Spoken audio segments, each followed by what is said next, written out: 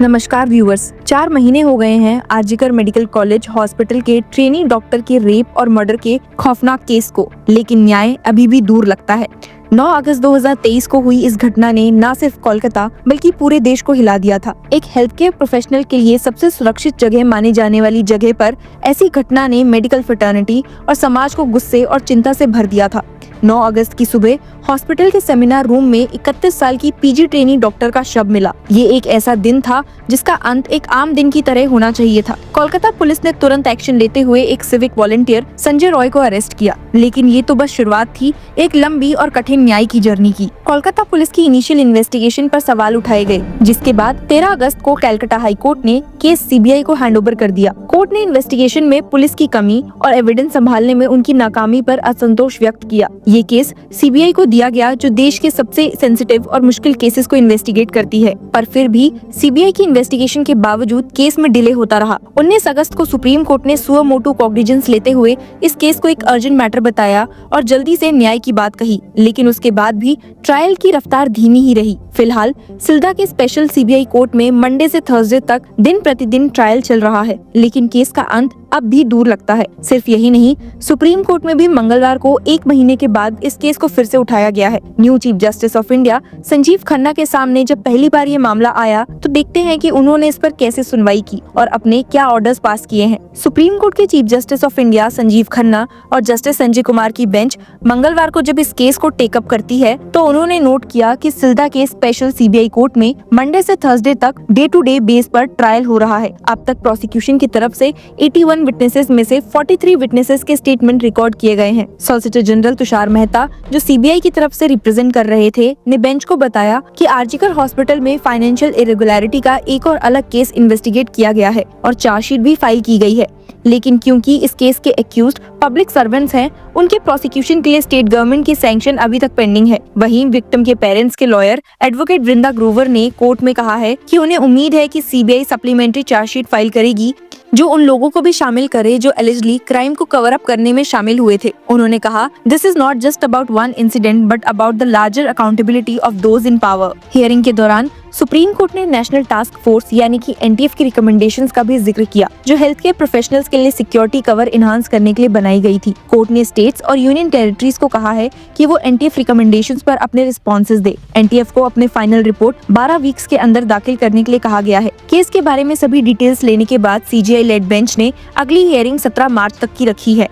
Supreme court ने CBI के द्वारा दाखिल लेटेस्ट स्टेटस रिपोर्ट को देखते हुए ऑब्जर्व किया कि ट्रायल 1 महीने के अंदर खत्म हो सकता है। कोर्ट ने कहा कि अगर ट्रायल में और डिले होता है तो पार्टी इस केस को मेंशन कर सकती है, लेकिन आपको बता दूं कि इतना सब होने के बावजूद अब भी न्याय की राह में कई सारी रुकावटें लग रही हैं, क्योंकि केस का एक और पहलू है जो इस घटना को और उलझा देता है, और वो है टेम्पर्ड एविडेंस का सवाल। सीबीआई ने मंडे को सिल्दा कोर्ट में बताया कि उनके पास 900 घंटे के सीसीटीवी फुटेज है, जो घटना से जुड़ी सबूत के तौर पर काम आ सकती है। ये फुटेज हॉस्पिटल के आसपास की हैं और घटना के महत्वपूर्ण समय को कैप्चर करती हैं। चार्जशीट के मुताबिक संजय रॉय के मूवमेंट्स अर्ली आवर्स में हॉस्पिटल में कैप्चर हुए हैं। 3:34 AM से 4:32 AM के बीच संजय को रेस्पिरेटरी मेडिसिन डिपार्टमेंट के 4थी मंजिल के आसपास देखा गया। एक बार वो हेलमेट और ब्लूटूथ एयरफोन्स के साथ देखे गए, लेकिन बाद में ब्लूटूथ एयरफोन गायब थे। सीबीआई का मानना है कि इसी समय के दौरान संजय सेमिनार हॉल में गए और क्राइम को अंजाम दिया, लेकिन इतने सारे सबूत होने के बावजूद इन्वेस्टिगेशन अब भी अधूरा है। सीबीआई का कहना है कि 900 घंटे के फुटेज का एनालिसिस एक स्लो और मुश्किल काम है। वहीं आरजीकर मेडिकल कॉलेज के पूर्व प्रिंसिपल संदीप घोष और ताला पुलिस स्टेशन के ऑफिसर अभिजीत मंडल को एविडेंस डिस्ट्रॉय करने के आरोप में अरेस्ट किया गया है, लेकिन उनकी डायरेक्ट इन्वॉल्वमेंट को प्रूव करने के लिए और भी काम अभी बाकी है। वहीं इतने इंटेंस माहौल के बीच में पब्लिक आउटरीच चारों तरफ से देखा जा रहा है। 9 दिसंबर को घटना के 4 महीने पूरे होने पर आरजीकर मेडिकल कॉलेज के कैंपस में वी वांट जस्टिस की आवाजें गूंजती हुई उठी। स्टूडेंट्स, डॉक्टर्स और सिविल सोसाइटी के लोग विक्टिम को याद करने और अकाउंटेबिलिटी की डिमांड करने के लिए इकट्ठा हुए। West Bengal junior doctors front ने मेडिकल सर्विस सेंटर और सर्विस डॉक्टर्स फोरम के साथ मिलकर एक कैंडललाइट मार्च ऑर्गेनाइज किया, जो आरजीकर के श्याम बाजार तक चला। मार्च के दौरान लोगों ने क्राई फॉर आर नाम के एक स्कल्पचर के सामने फूल चढ़ाए, जो विक्टिम की याद में बनाया गया है। एक जूनियर डॉक्टर ने कहा, "We haven't forgotten her. This isn't just about one person. It is about the safety and dignity of every healthcare professional in this country." इस घटना ने न सिर्फ एक व्यक्ति की मौत का सवाल उठाया, बल्कि इंडिया के हेल्थ केयर और जुडिशियल सिस्टम के फ्लॉज को भी एक्सपोज किया है। जैसे कि आपने सुना कि कैसे सॉलिसिटर जनरल तुषार मेहता ने सुप्रीम कोर्ट को बताया कि सीबीआई आरजीकर मेडिकल कॉलेज में फाइनेंशियल इरेगुलरिटी को भी इन्वेस्टिगेट कर रही है। इस मामले में चार्जशीट नवंबर में ही फाइल हो चुकी है, लेकिन एक्यूज पब्लिक सर्वेंट्स होने के कारण प्रोसिक्यूशन स्टेट गवर्नमेंट की सैंक्शन का इंतजार कर रही है और इसी वजह से सीबीआई कोर्ट ने चार्जशीट को एक्सेप्ट करने से भी मना कर दिया था। जहां केस के इंसाफ में इतना समय लग रहा है, वहीं डिले को लेकर लोगों का गुस्सा अब खुलकर सामने आ रहा है। विक्टिम के पेरेंट्स ने पूछा है, why is the system protecting those who failed our daughter? उनकी चिंता उन सब लोगों की है जो इस केस को एक सिस्टमैटिक फेलियर के तौर पर देखते हैं। सीबीआई पर भी कई सारे सवाल उठाए जा रहे हैं, जिससे एक एफिशिएंट और क्विक इन्वेस्टिगेशन बॉडी माना जाता है, उसका इतना टाइम लेना लोगों के भरोसे को हिला रहा है। 900 घंटे की सीसीटीवी फुटेज का फोकस एक तरफ इंट्रिगिंग लगता है,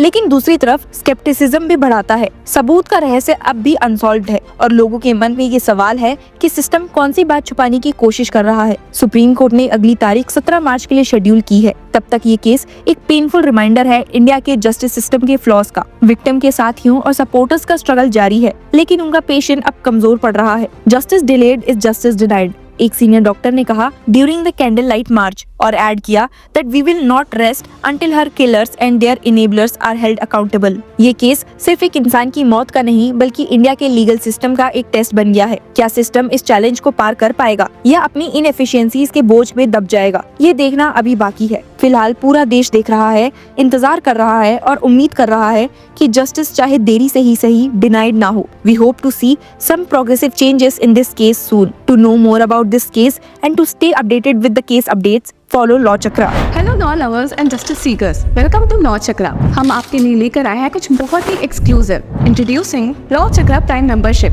जो आपको देगा exclusive access like never before. चाहते हो कि सबसे पहले आपको मिले latest legal updates? Law Chakra prime के साथ आपको मिलेगा early access to exclusive content, critical case analysis, courtroom बैठ का ब्रेकडाउन, वो भी बाकी व्यूअर्स से पहले। मोर अपडेट्स, मोर एनालिसिस। इसी के साथ अगर आप कभी सोचे कि हम कैसे लेकर आते हैं आपके लिए ये लीगल अपडेट्स, तो इसके लिए भी प्राइम मेंबर्स के लिए है हमारे पास एक special sneak peek behind the scenes of law chakra. Brainstorming session से लेकर ब्लूपर्स तक सब कुछ। In short, more content, more update and more analysis. Political legal controversies हो या इन डेप्थ लीगल सेशंस, सब कुछ आपको मिलेगा एट वेरी मिनिमल प्राइस। बनिए लॉ चक्रा की प्राइम मेंबर और अनलॉक कीजिए full potential of legal knowledge. अभी ज्वाइन कीजिए।